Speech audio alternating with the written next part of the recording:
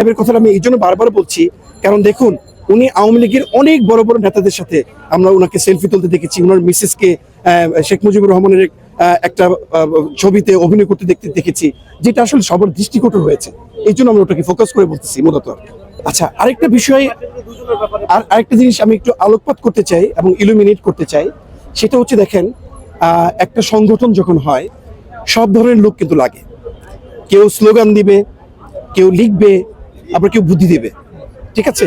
হয়তোবা আমরা উপদেষ্টা মণ্ডলীর অনেককেই হয়তো তো আমরা কোনো আন্দোলনের মাঠে দেখতে পাইনি, কিন্তু হয়তো তাদের মনোসমর্থন ছিল, অথবা তারা এই মুহূর্তে দেশের যে 15-16 বছর যে ক্ষতি হয়েছে, এই ক্ষতিকে পুষিয়ে নেওয়ার জন্য বিজ্ঞ লোকেরও কিন্তু দরকার আছে।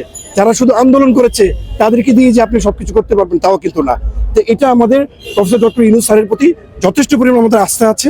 আমরা আশা করি আমাদের এই বাংলাদেশের অনেক বিষয় সংস্কার হবে, এবং এই সংস্কারের পথ ধরে কিন্তু আমরা এখানে এসেছি। আমরা একটা দাবি নিয়ে এসেছি যে প্রাইভেট বিশ্ববিদ্যালয়ের শিক্ষার্থী এবং শিক্ষকদের বিশেষ অবদান আছে, তারা যেন মূল্যায়িত হয়, এটাই আমাদের দাবি। এটা একটা ডিসক্রিমিনেশন, এটাই তো বৈষম্যহীনতা। এই জন্য তো এই দাবি তোলার জন্য তো আমরা এখানে এসেছি।